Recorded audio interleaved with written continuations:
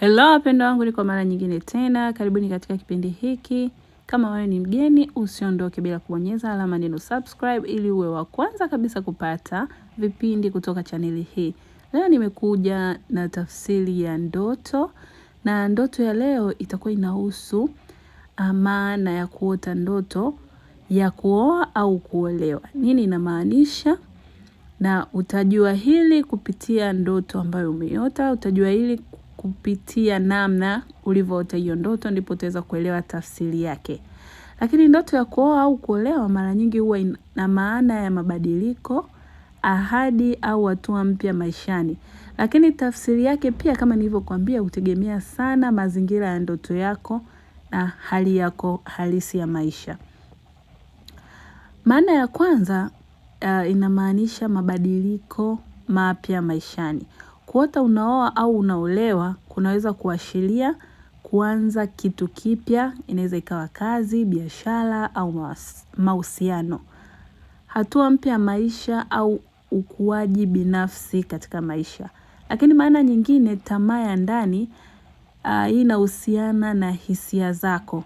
Kama bado hujaoa au kuolewa, inaweza kuwa ni tamaa ya kupata mwenza. Zile hisia zako za ndani ndo zinaweza kusababisha kupata ndoto kama hii. Kitu kingine inaweza kuwa hitaji la upendo, utulivu na kujisikia salama. Basi ndo kitakusababisha upate ndoto kama hii. Lakini kitu kingine, wajibu na majukumu. Ndoa inaashiria pia majukumu. Kwa hiyo kama utaota ndoto kama hii, basi inaweza ikakupa maana kwamba una wajibu na majukumu wa kitu fulani. Unaweza kuwa unaingia kwenye jukumu zito au unahisi shinikizo la kuwajibika zaidi. Ndipo unapata ndoto namna hii.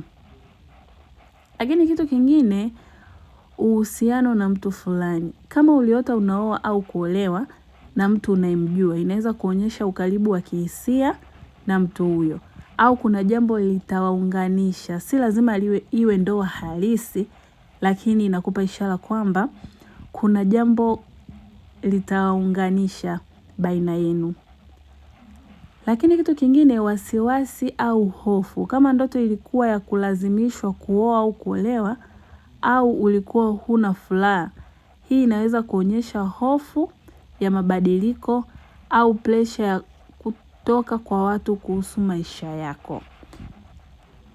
Lakini kitu kingine, kuoa au kuolewa inaweza kuwa tu mawazo ya kuna siku hizi mitandao kama hivi ambavyo mnanisikiliza mimi katika YouTube channel, au kupita katika mitandao tofauti tofauti, kuona katika simu, kusikia habari za kuhusu kuoa au kuolewa.